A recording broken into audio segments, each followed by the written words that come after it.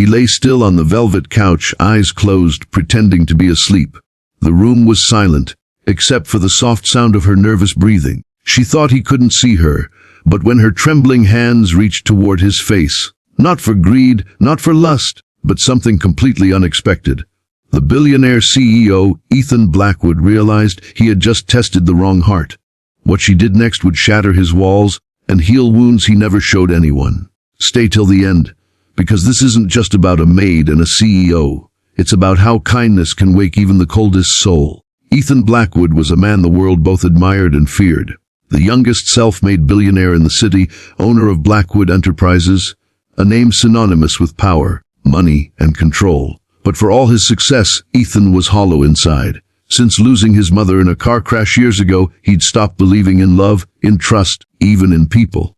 His life had turned into spreadsheets, contracts, and solitude. Then came her Leela, the new maid. She was quiet, painfully shy, and always avoided eye contact. The other maids whispered that she was too slow, too nervous, too poor to last a week in the mansion.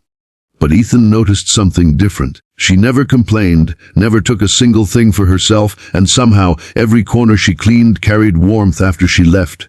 One morning, Ethan overheard her talking to herself softly in the garden.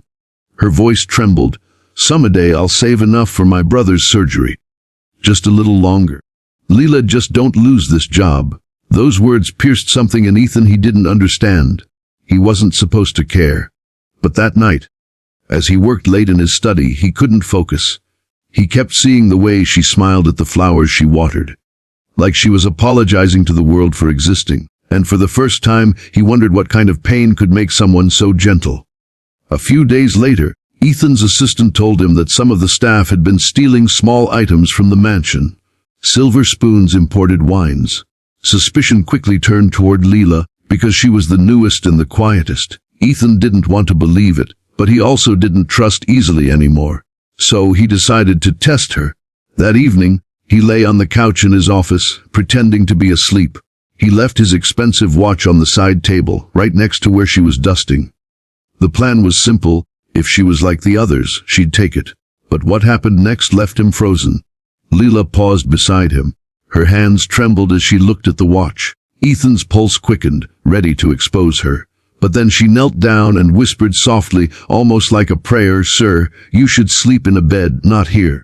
You work too hard." Then she did something that broke him. She gently pulled a blanket over him, his mother's blanket, the one no one dared touch, and tucked it around his shoulders like a child. Then she placed the watch back, even straighter than before, bowed her head, and whispered, "Good night, sir. I hope someday someone cares for you too." Ethan's throat tightened. He stayed still, afraid she'd notice he was awake. But in that silence, his heart began to stir for the first time in years. The next morning, Ethan couldn't face her. He acted as cold as ever, pretending nothing had happened. But his thoughts betrayed him constantly.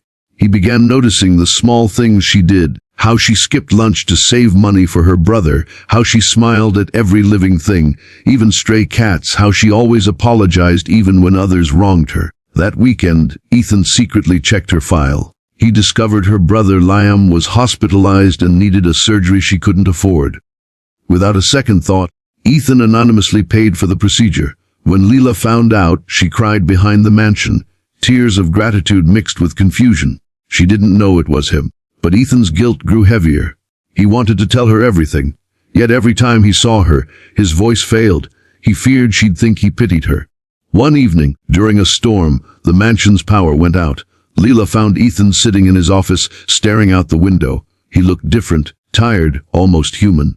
"Are you afraid of thunder?" she asked softly. He gave a bitter smile. "No, I'm afraid of being seen." For the first time, she looked him in the eyes. "Sir, sometimes people need to be seen to remember they're still alive." Her words undid him completely. He confessed everything, how he'd tested her, how he'd seen what she did, and how ashamed he'd felt afterward. But before he could finish, Leela simply shook her head. "You don't have to be ashamed. You were hurt. People who are hurt forget how to trust, but they can learn again."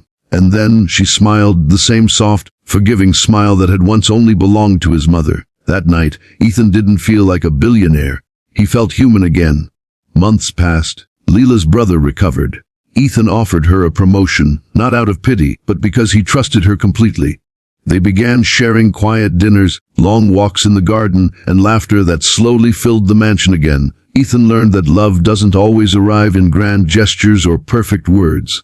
Sometimes, it's in the quiet acts of kindness from someone who expects nothing in return.